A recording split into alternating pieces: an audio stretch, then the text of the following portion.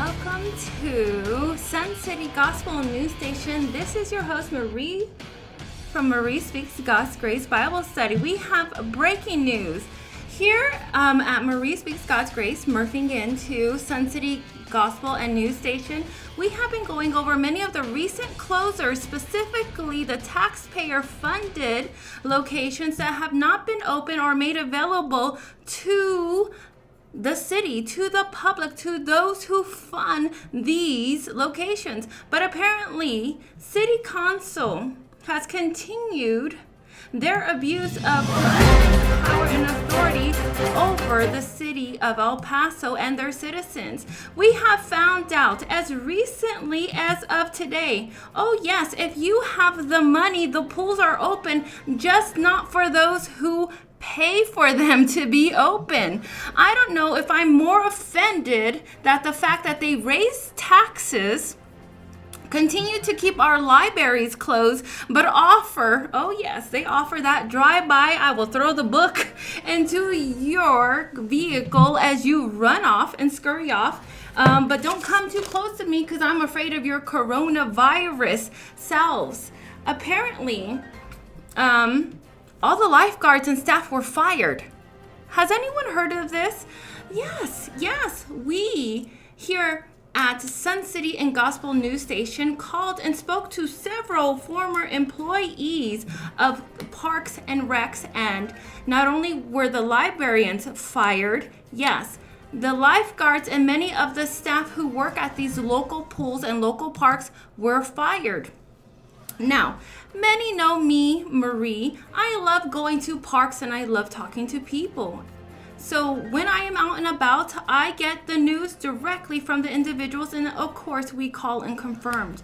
We have heard from our own member at the Parks and Rec staff, one of the heads at the department, have confirmed that the reason that the pools are open is because of contracts, aka money. So if you have money, apparently you can go to a pool and swim if you go to school.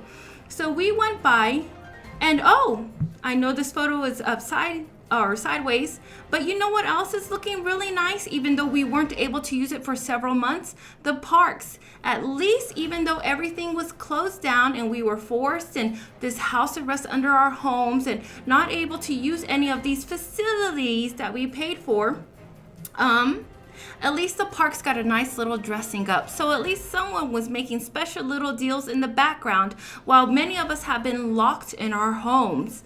So when are the pools going to be opened, or even proposed, or even thought of to be opened, one might be asking. Well, I'm glad you asked. That is an outstanding question, citizens of El Paso. The earliest that they are thinking about possibly considering opening the pools, the second midweek in October. Oh yes, another 3 to 4 more weeks until the public who pays for these city facilities can even go swimming. But because the city wanted that, that government money that was going to all the schools, if the schools didn't, there you go, there's that nice little school bus. If the schools didn't open, how the schools weren't going to get that government funding? Oh yes, because they wanted that money.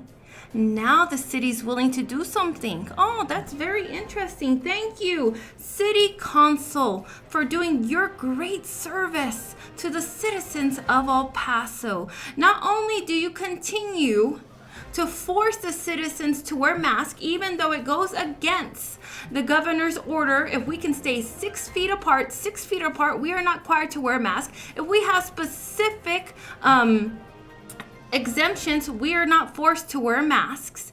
But you go on to your little town hall, little meetings, and lie to the public about the numbers and about forcing 2-year-olds and up to wear masks. Now you want to further raise our taxes and deprive us of the very amenities that we pay for, which is going to a public pool. This is Marie from Marie Speaks God's Grace, and I guess we'll just follow up on this. I encourage other citizens, if you're tired of being used and abused by your city council, Let's get out and vote. Early voting starts, guess what? Mid-October, right around when those pools should be opening up. Possibly, maybe, if they want to allow us, their little ants, to go swimming. Get out there and vote. How many of us are going to continue to allow City Council to abuse and take our money, but they're not giving it back? We shared earlier on this station that over $30 million is lacking. But yet money from the government is flowing in like wine. How is this possible? Who even reviews this? Who does the checks and balances and the accounting for city funds? Why aren't they being called into question of where all this money is going? Is it even being tracked? Are some of the questions I have to ask. But as always, we'll do our best to keep everyone up to date on these issues. If you have any questions or concerns, please message us with your information so we could get on there and try to find out what's really going on in the city of El Paso, because it's obvious we can't trust City Council to tell us anything that doesn't benefit their wallet.